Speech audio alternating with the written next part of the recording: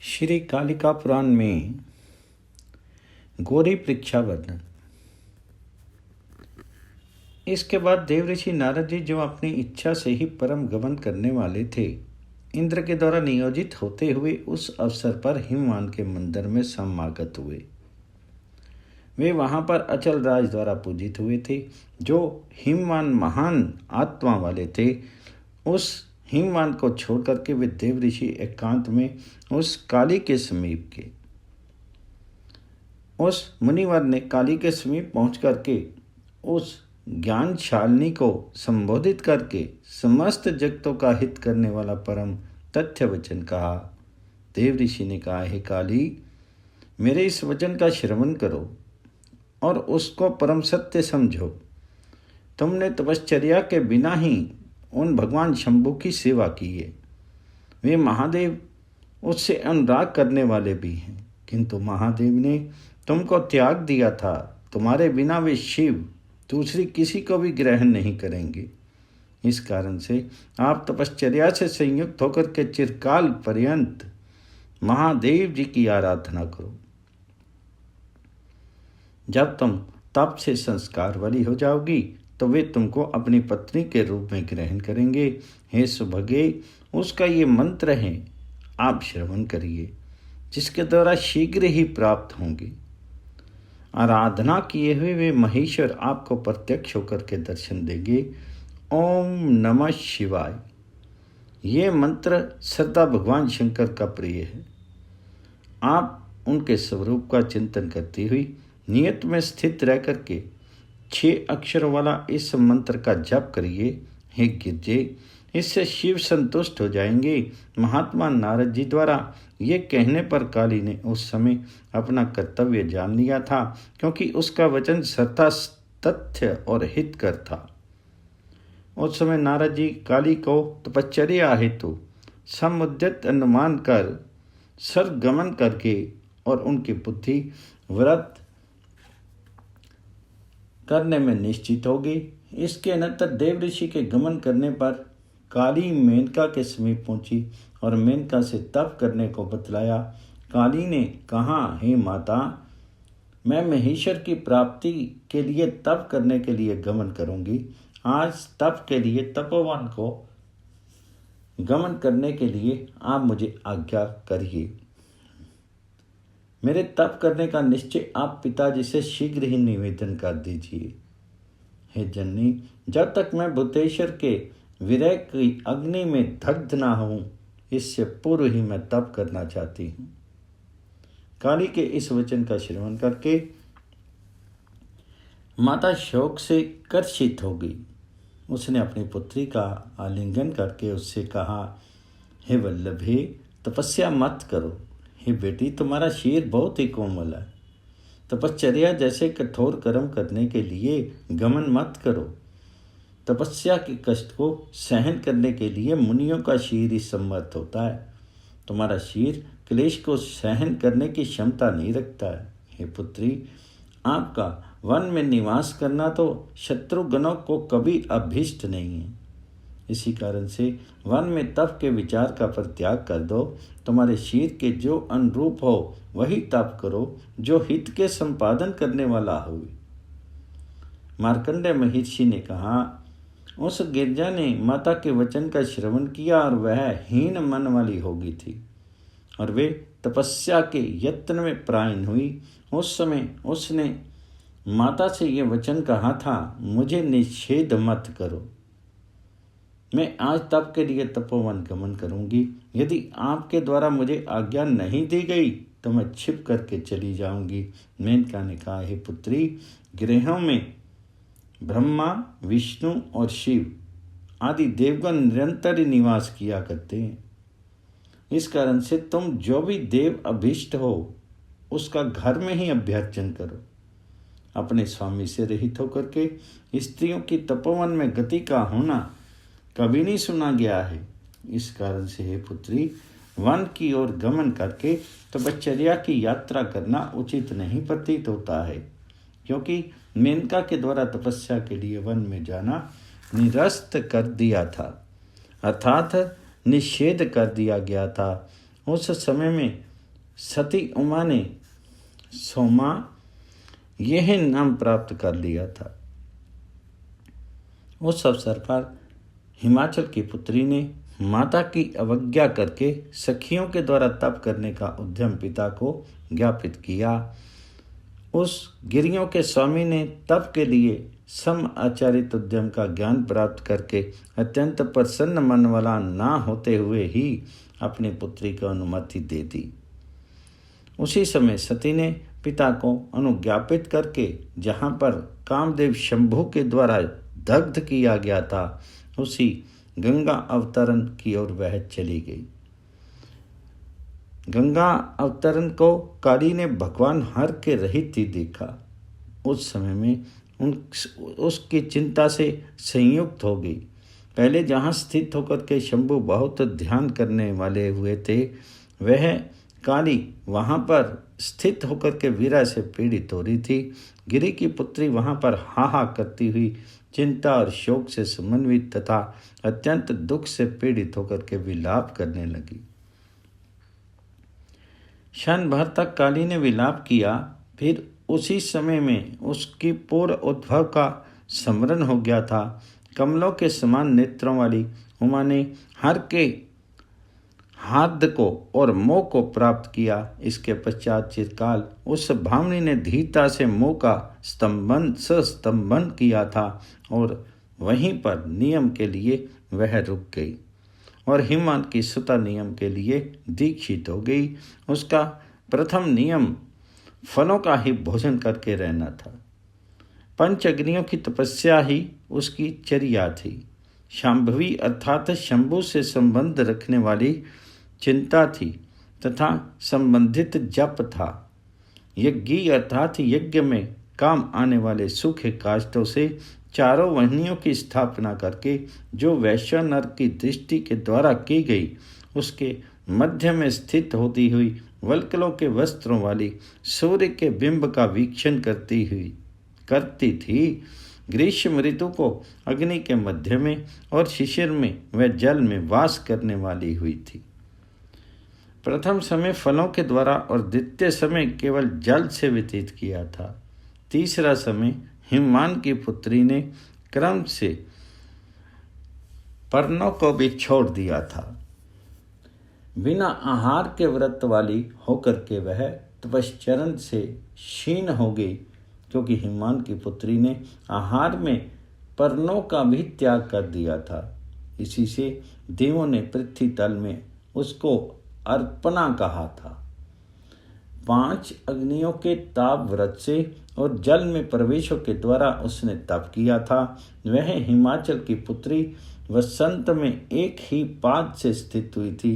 6 अक्षरों वाले मंत्र का जप करती हुई उसने चिरकाल महान तप का समाचरण किया था। वह चीरों और वल्कलों से शरीर को ढांपने वाली थी। वह जटाजुटों के समूह रखने वाली थी। उसके सब अंग कृश हो गए थे, परंतु वह चिंतन करने में शक्त थी। उसने ऐसा तप किया कि मुनियों को भी जीत लिया। उस तपस्या के समाचरण में उसकी रक्षा स्वयं भगवान शंभु ने की थी। वे भगवान शंभु उसको सदा ही आप्यायित करते थे और हर्षित होकर के उसकी भय से भी रक्षा किया करते थे। इस प्रकार से काली को तपोवन में 3 सहस्त्र वर्ष व्यतीत होगी। तब वह स्वयं वीक्षण से संस्कृत होगी थी और देव के द्वारा वह देवी हर के योग्य होगी थी। 63 सहस्त्र वर्षों के अंत में जहाँ पर भगवान शंभु ने तपस्या की थी, वहाँ पर शन भर स्थित होकर के भामिनी ने चिंतन किया, महादेव क्या इस समय नियमों में संस्थित मुझको नहीं जानते हैं, जिस कारण से बहुत अधिक काल पर्यंत तप में रत हुई का मुझे अनुज्ञान नहीं किया है। क्या मुनियों के द्वारा स्तवन किए गए गिरीश लोक में यहाँ पर नहीं है? देवी के द्वारा तो हर सब कुछ के ज्ञान रखने वाले, सर्वस्व गमन करने वाले देव कहे जाया करते हैं। वे सर्वत्रगामी, सर्वज्ञाता, सबकी आत्मा, सबके हृदय में रहने वाले, सबके विभूति प्रदाता और सर्व भावनों के भी भगवान देव हैं। मैं सती और मेरी माता मेनका हैं।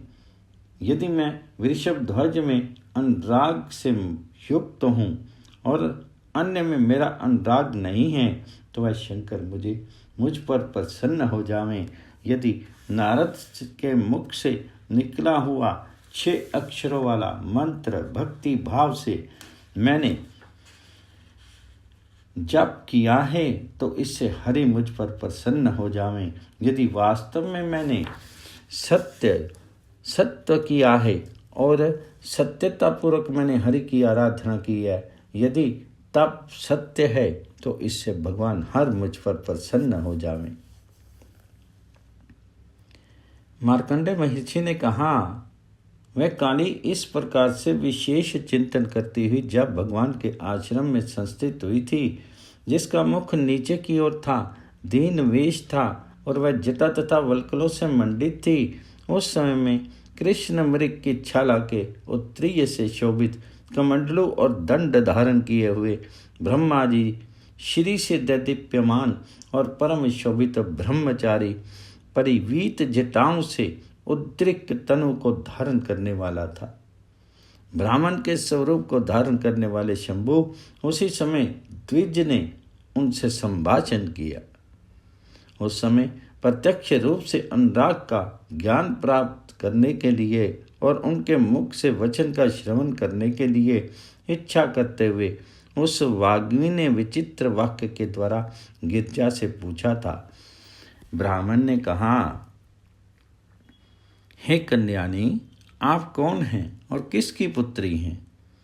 इस विजन वन में किस लिए प्रत्यात्मा मुनियों के साथ वह दुर्धर्ष तप कर रही हैं? आप ना तो बाला हैं और ना वृद्धा ही हैं। आप तो अत्यंत शोभन तरुणी हैं। बिना पति के निरंतर क्यों ये इस समय में तपस्या कर रही हो? हे भद्रे, अथवा क्या आप किसी तपस्वी की पत्नी हैं? वह तपस्वी पुष्प आदि का समाहरण करने के लिए यहाँ से अन्य स्थल में चले गए हैं। यदि आपकी कोई गोपनीयता ना हो तो ये मुझे आप सब बताइए, मैं उसको हटाने के लिए सम्मत हूँ। उस विप्र के द्वारा इस रीति से कही हुई गिरजा ने अपनी सखी को उसको उत्तर देने के लिए कटाक्ष के द्वारा नियोजित कर दिया। विद्या सखी उस समय उसके वचन से गिरजा के मुख को देखती हुई यथा तथ्य से बोली, हे द्विजतम, यह इसी गिरजा की पुत्री हूँ। यह इसी गिरजा की पुत्री है और ये पार्वती नाम से विख्यात है और काली के नाम से भी प्रसिद्ध है। ये किसी भी द्वारा कही नहीं गई है। यह वृषभध्वज शंकर को अपना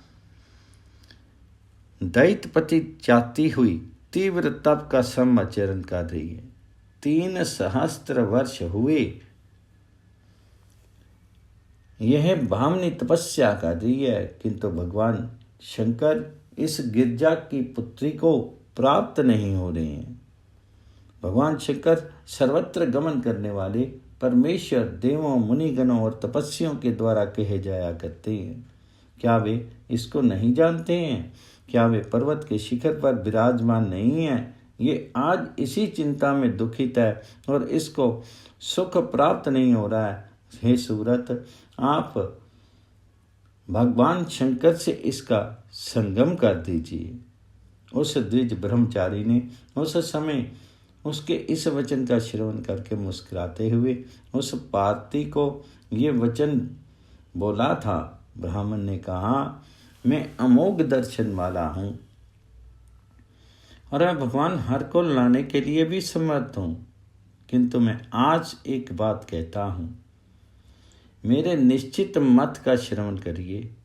मैं महादेव जी को जानता हूँ, मैं उनको बोल भी दूंगा, किंतु मुझसे सुन लो। वृषभ ध्वज महादेव विभूति के वेश वाले हैं और जटाधारी हैं। वे बाघंबर के वस्त्र धारण करने वाले एकाकी और मृग के चर्म से ढके हुए रहते हैं। वे कपालों को धारण करते हैं तथा सर्पों के समुदायों से वेष्टित रहा करते हैं। उन शंभु का गला विष से दग्ध हो रहा है। उनके 3 नेत्र हैं, वे विरूपाक्ष हैं और विभीषण हैं, अर्थात विशेष रूप से भयंकर हैं। उनका जन्म भी अव्यक्त है, अर्थात उनके जन्म से विषय में कुछ भी किसी भी ज्ञान नहीं है। वे निरंतर ग्रस्त आश्रम के भोग से रहित है। शंकर ज्ञानीजन तथा बंधुजनों से हीन है और भक्ष्य बहुत से भी वर्जित है। शंभु निरंतर शमशान में निवास करने वाले हैं और संग से परिवर्जित रहा करते हैं। गर्जन करने वाले, विकृत स्वरूपधारी और तीक्ष्ण भूत गणों से सदा घिरे हुए रहा करते हैं। शंकर श्रृंगार रस से रहित हैं और उनके ना कोई भार्या है और ना पुत्रादि ही हैं। किस कारण से आप उनको अपना भर्ता बनाना चाहती हैं? मैंने पूर्व में होने वाला भी उनका एक दूसरा कृत्य सुना है, आप उसका श्रवण करिए। मैं आज आपको बतलाता हूँ, यदि आपको आगे लगे तो ग्रहण कीजिए। प्रजापति दक्ष की पुत्री सती परम साध्वी थी। उसने पहले वृषभ ध्वज को अपना पति वरण किया था। ये भाग्य की ही बात थी। वह पति संभोग से रहित थे। वे कपाली की जाया है, इसी से वह सती दक्ष के द्वारा परिवर्जित कर दी गई थी। यज्ञ में भाग लेने के लिए शंभु को भी वर्जित कर दिया गया था। उसी अपमान के होने से सती अत्यधिक शोक से आकुल हो गई थी।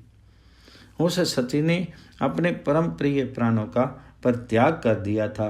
भगवान शंकर भी त्याग कर दिए गए थे। आप तो स्त्रियों में रत्न के ही समान अति उत्तम हैं। आपका पिता हिममान सभी पर्वतों का राजा है। फिर किस कारण से उस प्रकार के पति के प्राप्त करने की इस उम्र में तप के द्वारा इच्छा कर रही हैं? देवों का स्वामी धनेश, पवन, वरुण, अग्नि अथवा कोई अन्य देव अथवा सब वैद्य, अश्विनी कुमार, विद्याधर, गंधर्व, नाग अथवा मानुष्य जो भी रूप और यौवन से सुसंपन्न होने वाला श्री संपन्न हो, ऐसा ही उदार कुल में सम उत्पन्न होने वाला श्री संपन्न आपका पति होने योग्य है, जिसके द्वारा आप बहुत रत्नों के समूह से पूरित बहुमूल्य माल्य परवरों से संयुक्त धूप के चूर्णों से सुवासित कोमल आस्तरण से समन्वित सुमनोहर विस्मृत सुरम्य प्रसाद के मध्य में स्थित स्वर्ण के द्वारा विशेष रूप से चित्तित शैया के बल में समास्वादन करके संस्थित रहने वाला ही आपका योग्य पति होगा। हे सुभगे, इस भांति ज्ञान प्राप्त करके भी यदि आप शंकर को ही अपना बनाना चाहती हैं तो फिर आपको इस तपस्याओं से क्या प्रयोजन है? वे अपने आप ही आपके साथ योजित किए देता हूं। ये सुनकर के काली क्रोधित हुई। इस ब्राह्मण को उसने उत्तर के रूप में बहुत ही अल्प और तथ्य कहा था। काली ने कहा, तुम देवेश्वर हार को नहीं जानते हो, बल्कि व्यर्थ ही ये कहते हो कि मैं जानता हूं। हे द्विजनंदन, जो कुछ बाहर दिखाई देता है वे आपने कह डाला है। जिन प्रभु के भाव को इंद्रादि और ब्रह्मा प्रभृति सुर भी नहीं जानते हैं, उनके भाव को तुम शिशु होते हुए हे विप्रसुत क्या जान सकोगे? आपने जो भी नीचों के मुख से भाषित सुना है वह बहुत तुच्छ है। आप इधर उधर से सुनकर ही ऐसा भाषण कर रहे हैं। आपने उनका कभी भी दर्शन नहीं किया है। इस कारण से मैं आपसे वरदान नहीं चाहती हूँ और न पति के विषय में जानना चाहती हूँ। गिरजा ने उस विष को इतना ही कह करके अपनी सखी का मुख देख करके उस अवसर पर संशय में सम आरूढ़ होकर के ये कहा था। इसलिए मैं इस समय स्तुति वाक्य के द्वारा उनका प्रायश्चित करूंगी। जो भी कोई महान आत्मा वालों की निंदा कर श्रवण करता है अथवा बुराई किया करता है, उन दोनों का अपराध समान ही होता है। ऐसा मैंने अपने पिताजी के मुख से पूर्व में श्रवण किया है। इसी कारण से मैं इसको दूर करूंगी। सो विप्र को निषेध कर दो, अर्थात रोक दो। उस काली ने यह सखी से कहकर के अपराध के सम्मार्जन करने के लिए भगवान शंभु का स्तमन करना आरंभ कर दिया। काली ने कहा, शांत और करुणालय के हेतु अर्थात सृष्टि, स्थिति और संहार, इन तीनों के कारण स्वरूप शिव के लिए नमस्कार है। हे परमेश्वर, मैं अपने आप को निवेदन करती हूँ और आप ही मेरी गति हैं। विज्ञान, सौभाग्य और सुहरत में गत, प्रपंच से रहित हिरण्यबाहु, नारायण के नाभि पदम से समुत्पन्न प्रधान बीज, जगत के हित रूप आपके लिए नमस्कार है। इस भांति स्तमन करती हुई उसको ये द्विज पुनः उस समय कुछ कथन करने के लिए उद्यत होने वाला है, यह समीक्षण करके काली को यत्न कर दिया गया था। और गिरिराज की पुत्री ने समझ करके सखी से कहा था, ये द्विज कुछ कहना चाहता है और उग्र हार को नहीं जानता, अतः यह उनकी निंदा कर रहा है, किंतु मैं प्राणों के हरण करने वाली शिव की निंदा सुनने में समर्थ नहीं हूँ। हे सखी, इस समय जब तक इसके वचनों का श्रवण नहीं करूं, तब तक मैं दूर देश को गमन करती हूँ। हे मति प्रिय, वहाँ पर दूर देश में समुपस्थित रहूं। इतना कहकर के वह काली हिमवान की पुत्री उसी सखी के सहित प्रस्थान कर गई थी और द्विज को हठात छोड़ करके उठ करके चली गई थी। इसके अनंतर निज रूप प्रकट होकर के शंकर ने रदन करती हुई हिमवान की सुता के पीछे गमन किया था। शिव ने कहा, मैं ही महादेव हूँ और मैं हर हूँ। क्या अब आप मेरा स्तमन नहीं करती हैं? हे काली, हे शांकरी, मेरे सम्मुख होकर के मुझे सम आश्वासित करो। इतना कहकर के वे महादेव काली के आगे गमन कर उपस्थित हो गए थे। उन्होंने दोनों हाथों को फैला करके उस काली की गति का अवरोध किया था। वह गिरिराज की बेटी शंभु के मुख को देख करके उसी क्षण बरबस नीचे की ओर मुख वाली हो गई थी। जिस तरह से वायु से चकित ताड़ित हो जाया करती है, प्रीति की लज्जा से मंद नेत्रों वाली होते हुए उस समय में वह जड़ की ही भांति हो गई थी। वह भामनी बोलने की इच्छा वाली होती हुई भी बोलने में समर्थ नहीं हो सकी थी। हे द्विजोत्तमाओं, मनोरथों की सिद्धि हो जाने से उसका शीर सुधा से पूरित के समान हो गया था और आनंद से परिपूर्ण हो रहा था। 9 सहस्त्र वर्ष तक उस काली ने तपश्चर्या का क्लेश प्राप्त किया था, किंतु उसी क्षण में उस संपूर्ण क्लेश का त्याग करके वह आनंद से हर्षित हो गई थी। उस प्रकार से अवस्थित उसको प्रणय वाली देख करके वृषभ ध्वज भस्मीभूत कामदेव के द्वारा, जो कि गात्र में विद्यमान था, मोहित हो गई थी।